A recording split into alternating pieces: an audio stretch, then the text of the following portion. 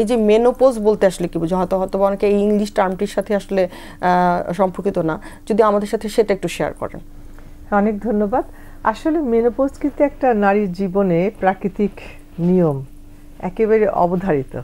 তো এটি হয়, দেখা যায় যখন একটি নারী তার পরন্ত বেলায় মানে ৪৫ থেকে ৫০ বছরের মধ্যে উন্নীত হয়েছেন, তখন তার মাসিকটি চিরতরে বন্ধ হয়ে গেছে, আর কখনো মাসিক হবে না এবং তার সন্তান ধারণের ক্ষমতা আর হবে না।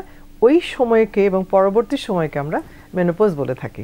ওকে, অনেক ধন্যবাদ। এই যে ন্যাচারাল নিয়মটি ছিল প্রতি মাসে তার একটা ডিম এবং সেটা ভেঙে যাওয়ার যে বিষয়গুলো ছিল, এটা যে হঠাৎ করে বন্ধ হয়ে যাচ্ছে, তো তাতে করে আসলে কি ধরনের তার জটিলতার সে সম্মুখীন হতে পারে, বা এটা থেকে আসলে তার পরবর্তীতে কি কি হতে পারে, যদি আমাদের সাথে একটু শেয়ার করেন।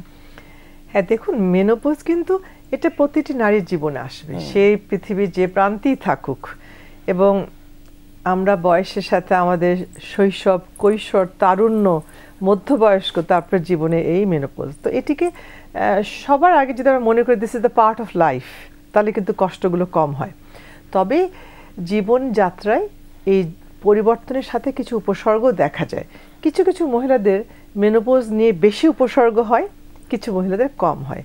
তো উপসর্গগুলো যেগুলো হয়, সাধারণত যে জটিলতাগুলো হয়, দেখা যায় যে একটি নারী তিনি চরম মানে অসম্ভব গরম অনুভব করছেন, ঘেমে যাচ্ছেন।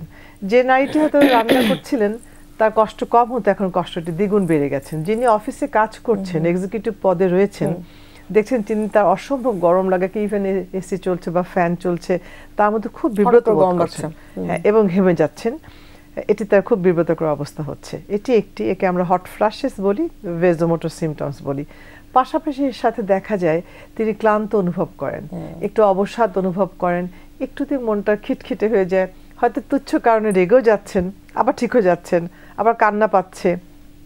এবং যেটি আপনি সুন্দর করে বলছিলেন যে বাড়িতে ছেলে মেয়ে বড় হয়ে যায়, তো দেখা যায় যে তার মনের ভেতরে একটা দোলাচল চলে, একটা মুড সুইং বলি আমরা, এবং এই মানসিক একটু তার দ্বন্দ্ব থাকে। এরপরে যে কিছু ফিজিক্যাল পরিবর্তন, যেমন তার চামড়াটি একটু মানে আগের মতো সুন্দর থাকে না, চুলটা পাতলা হয়ে আসে, স্কিনটা একটু কালচে হয়ে আসে, তার যে শারীরিক গঠনগুলো একটু পরিবর্তিত হতে থাকে, এটাও কিন্তু তাকে মানসিকভাবে একটুখানি বিব্রত করে।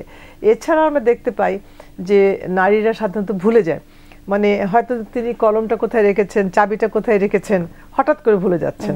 কিন্তু আমি দর্শককে আমি এটিও বলবো যে এই ভুলে যাওয়াটা কিন্তু বড় রোগ নয়, এটি সময়ের সাথে আবার ঠিক হয়ে যায়, ঠিক হয়ে যাবে। হ্যাঁ, তারপর যারা অনেকে অনুভব করেন যে তার মাসল পেইন হচ্ছে, কোমরে ব্যথা হচ্ছে, হাত পায়ে ব্যথা হচ্ছে, হ্যাঁ জয়েন্ট পেইন হচ্ছে, হাঁটুতে ব্যথা হচ্ছে, সে আগের মতো একদম উচ্ছলভাবে হাঁটতে পারছেন না, এগুলো কিন্তু তাকে একটু মানে একটু স্লথ করে দেয়।